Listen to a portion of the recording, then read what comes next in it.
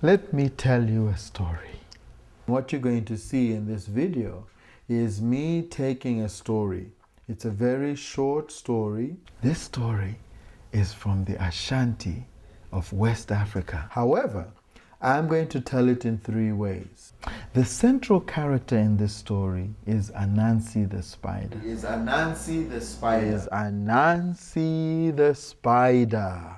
In the storytelling lingo, we call it the storytelling bubble.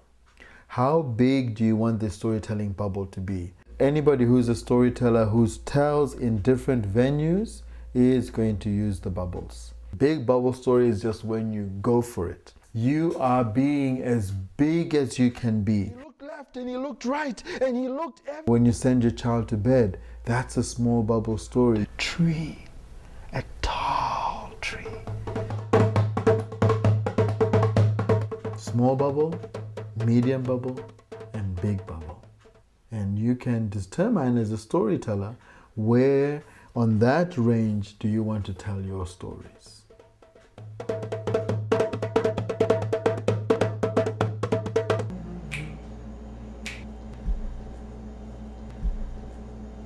Okay.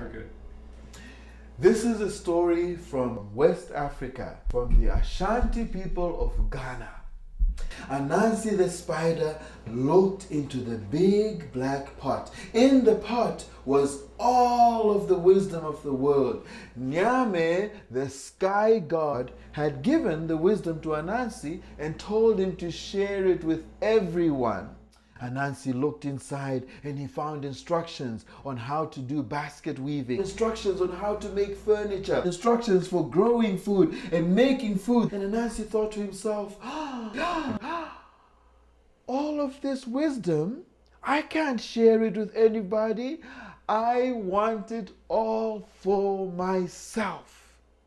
But Anansi thought, if I'm going to have this wisdom for myself, I need to put it somewhere where nobody can find it. And so Anansi looked around the village and he looked, and he noticed a tall tree. And Anansi said, that's the place I'm going to take it.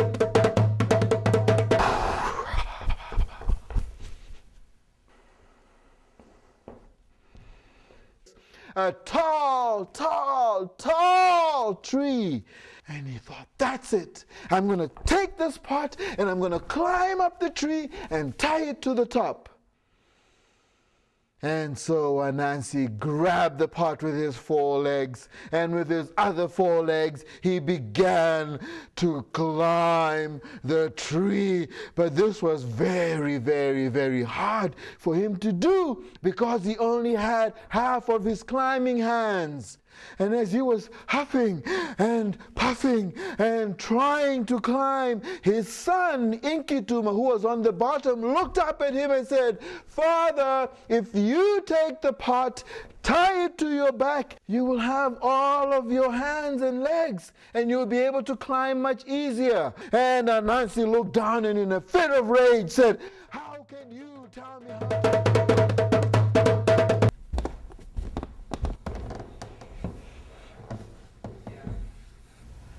Anansi was furious.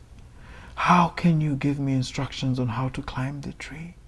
Don't you know that I am the wisest person? I have all of the wisdom of the world in this pot. And you are a child. You do not know anything. You cannot tell me how to climb this tree. Just stand there and watch. As Anansi told this to his son in rage, his hand let go of the pot, and the pot fell. When it fell and hit the ground, wisdom flew everywhere. Raven, who was flying by, picked up some wisdom. The lion that was walking in the forest picked up some wisdom. The rabbits and the mice that were in the grass picked up some wisdom. The children who were playing picked up some wisdom, and the women and the men all picked up some wisdom. And from that day, when men and women shared ideas, when children shared ideas as they played, when the animals in the forest shared ideas, they were sharing wisdom. Wisdom was not in the hands of only one person. Wisdom was shared with everybody. Everybody. Everybody.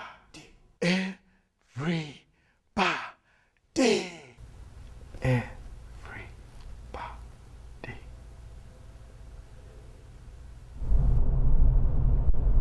I am originally from Malawi in Central Africa.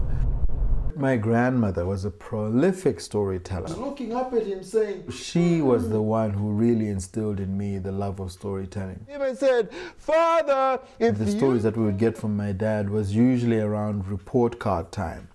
I was not by any stretch of the imagination an A-B student. I was more a B-C student, sometimes dipping into the D's. So around report card time is when we'd hear stories from my dad, mostly in order to get us to work harder. Don't you know that I have my grandmother, even in her old age, she would move and she would dance, and we were just thrilled as kids. When I tell kids in the United States that I grew up without television, that I first saw television when they're 25, their first question is, what did you do? We listened to stories. We danced. We told each other stories. We would go into the forest and make up whole villages and create whole villages and whole scenarios just out of our own heads. So we had our own quote-unquote TV shows. But they were in the forest, on the grass, on the beach, while waiting for the fishermen to come in with the fish.